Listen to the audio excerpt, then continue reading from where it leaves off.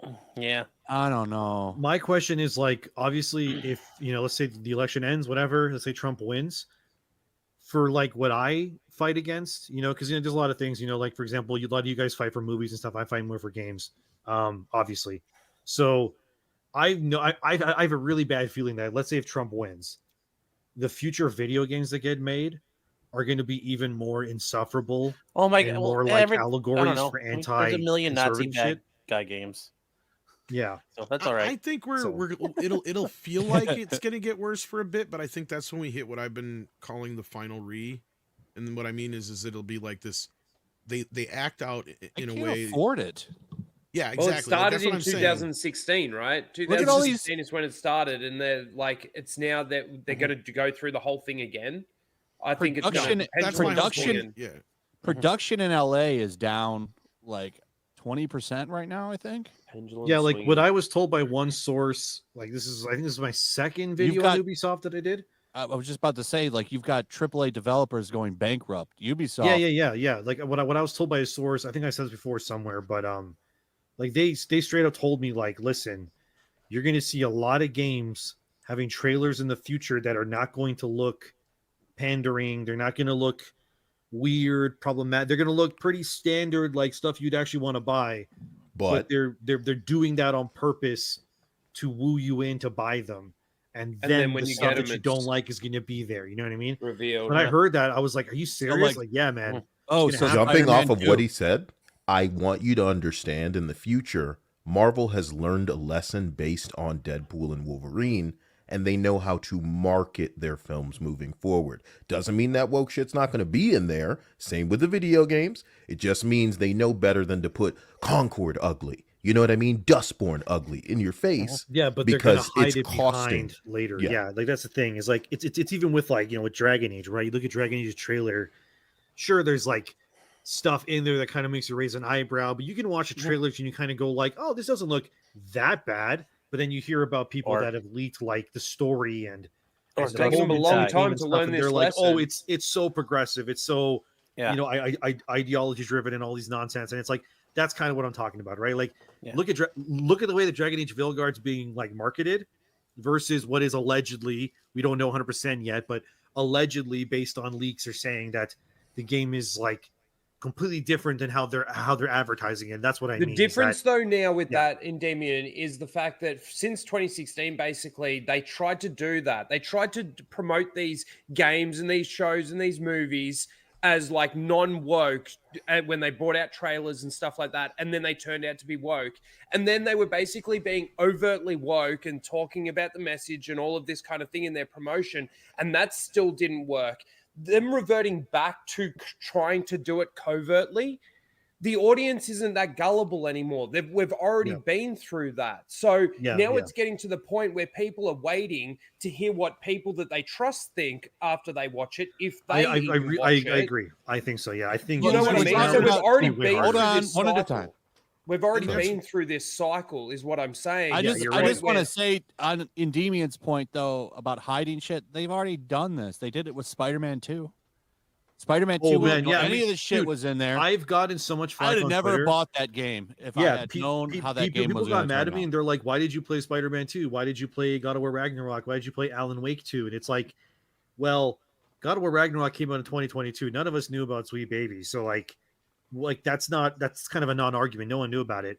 Same with Spider-Man 2. Really, like no one really knew what Sweet We had Baby. to learn was about it. Really, We had to play those so to really learn like, about it. like the end of 2023, which Spider-Man came out in September. So a bunch of people bought the game. We all played it, and then you saw the audience's reaction to that game story and characters. And again, mind you, this was before people knew what SBI was and blah blah blah blah blah.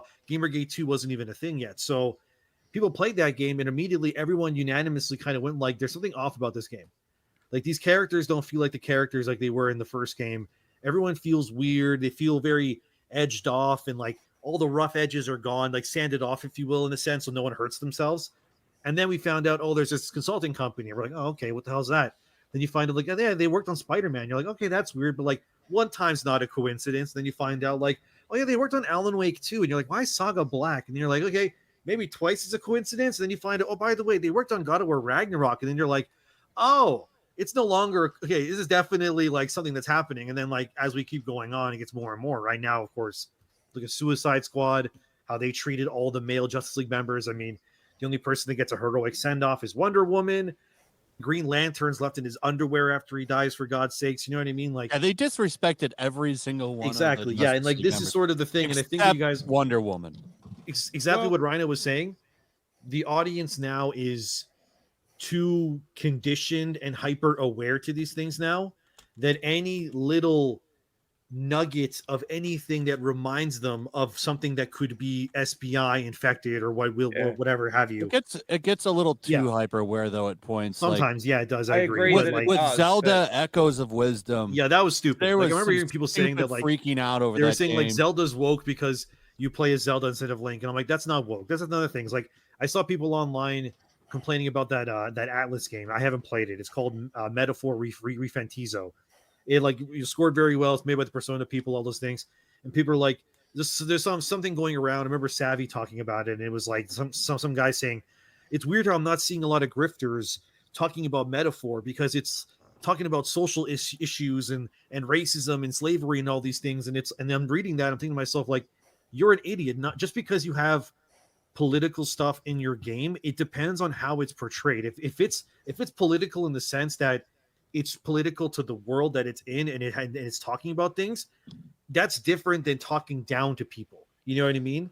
I'm so glad you I also exist to wanna- explain the straw man, because I'll step right over those corpses. They're begging for people to talk to them, and Exactly, most yeah, gamers like- aren't like that. They're just like, Yeah. okay.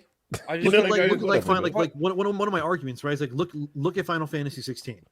That game talks about slavery with like the magic users and stuff.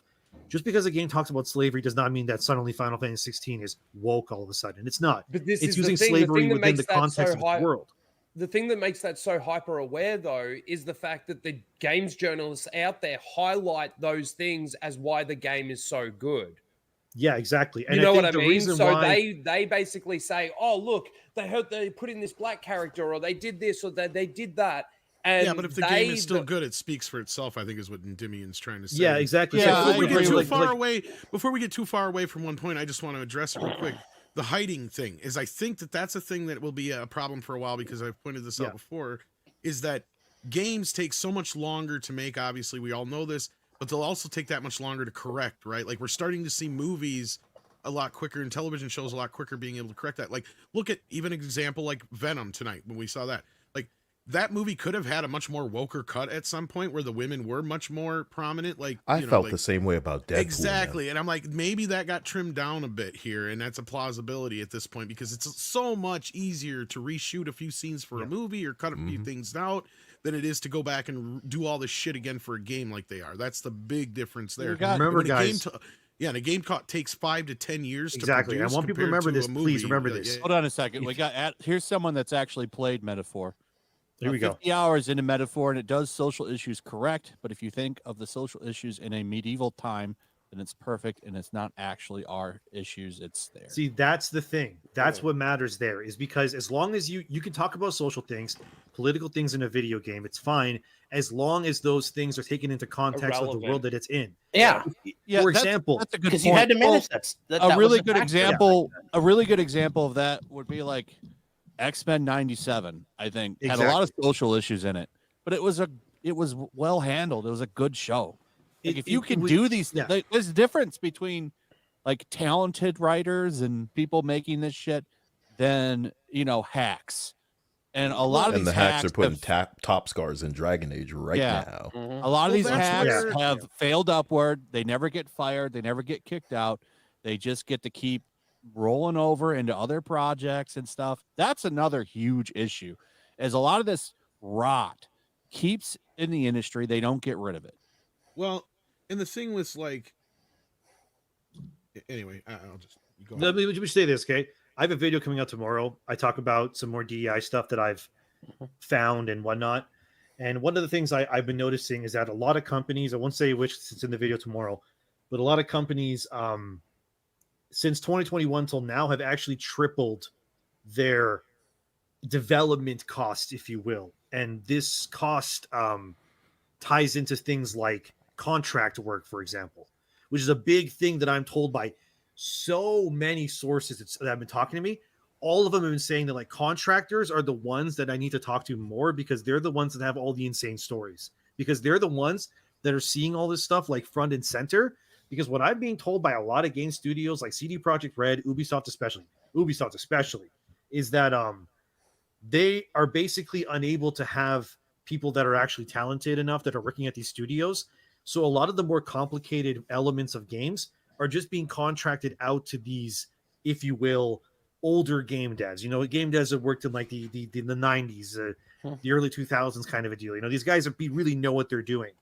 And these guys don't work at these studios. They basically just charge you a premium and say like, hey, listen, if you want this gameplay mechanic to work at this level of like precision or whatever, you got to pay me like through the goddamn nose, up the ass. It's the money. same thing You know though I mean? in the entire entertainment industry. Yeah. Like even movies and stuff like the budgets on some of these TV shows and stuff like that we're seeing right now. It's the same sort of thing. The increase in the price of what it's costing these studios to make, whether or not it's game or a show, is ridiculous to the point where they're almost investing money in trying to make something woke because the people that they're employing, or, you know, especially like in the gaming industry with Sweet Baby and all of that, you know, stuff that happened, it's everywhere. Yeah. They're not making any money, but they're investing it into exactly. Put it this way. Ghost of Tsushima, the first game, costed Sony roughly $77 million. The very first, sorry, not the very first, Witcher 3, my bad. Witcher 3 cost $81 million to make. Okay. Concord costed allegedly $400 million. So you could have gotten 4 Witcher 3s out of the cost that it took them to make Concord. Isn't that ridiculous? Like I want you guys to realize when I say one day the story is going to come out on all of that and it'll be really entertaining. That's what I'm saying. That's what I want you guys to realize is that this whole DEI thing, which has been exploding since 2020, especially because the ESG money came in, it was very easy to obtain, but there were obviously strings attached to it. My bad. So basically, they were being told like, we will give you X amount of money, but you have to hire people that identify as this or of this group, whatever, into your company. And then these companies went like, sure, we'll do that if you give us like, I don't know, $1 billion or whatever it is. So they had all this money. And now this year, especially, I mean, look at the Western industry. All the games that have come out from the West, unanimously, for the most part, they've all flopped pretty much, right? Besides like Space Marine 2, which is a base dev, no surprise they did well. Helldivers 2 did well, even though they kind of fumbled. Now they're kind of coming back. Of course, Black Ops is Black Ops, so, you know, they're going to do what they do. Like they try and shut you down. It's the same sort of thing that Asmund Gold did not say Concord cost $1 billion. No, it was Colin Moriarty from Last Stand Media said it costed $400 million. Yeah, it's probably a little higher than that, actually. I would say there's a chance that actually is around 600. But that's the thing, right? Is like when we learned from what Colin was saying was that they basically probably Monsters, which was original kind of owners of Concord, they spent about $200 million on the game. Wasn't even done. Then they sold it to Sony.